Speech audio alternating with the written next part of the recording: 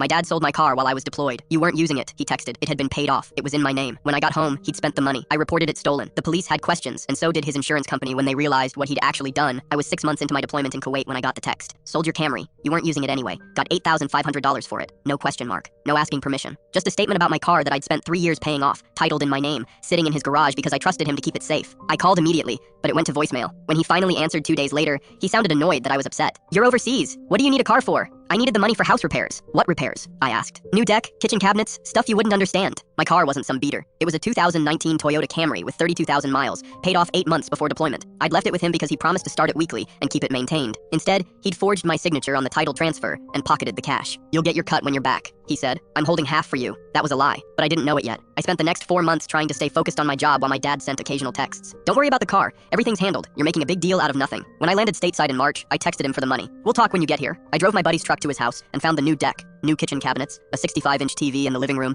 and a brand new riding lawnmower in the garage. Easily $15,000 in upgrades, way more than my car was worth. Where's my money? I asked. He cracked a beer and sat on his new deck furniture. I spent it on the house. You live here too when you're not deployed, so technically you benefited. I hadn't lived there in 4 years. I had an apartment across town. That car was mine. Title in my name. You stole from me. He laughed. Stole? I'm your father. I made a financial decision for the family. Then his girlfriend Amanda chimed in from the kitchen. You're being ungrateful. Your dad took care of that car for months. She'd moved in 3 months ago. I'd never met her, but I bet money I knew where my $8,500 went. I left without another word and went straight to the police station. The officer took my statement, examined my title documents, deployment papers, and the text messages. Your father sold a vehicle titled in your name while you were deployed? Yes. Did you give written consent? No. Then it's theft. We'll need to investigate. Dad called that night, furious. You sent the cops to my house? Over a car? What's wrong with you? They asked if I gave you permission to sell it. Did I? Silence. Then, you don't call the cops on your own dad. 2 weeks later, a detective called. We've got a problem. Your father claimed the car was totaled in an accident and filed an insurance claim for $11,000. He showed progressive photos of a wrecked Camry with your VIN number, but you reported it stolen, and we found the buyer. Your car's fine. No accident damage. Your father committed insurance fraud. My stomach dropped. He hadn't just stolen my car. He'd scammed his insurance company, got paid twice, and thought he'd get away with it. Progressive's fraud investigator contacted me within days. They'd paid out $11,000 for a vehicle that was never in an accident. They were pursuing criminal charges and a civil lawsuit to recover their money. Dad showed up at my apartment looking hollowed out. You need to tell them it was a misunderstanding. What misunderstanding?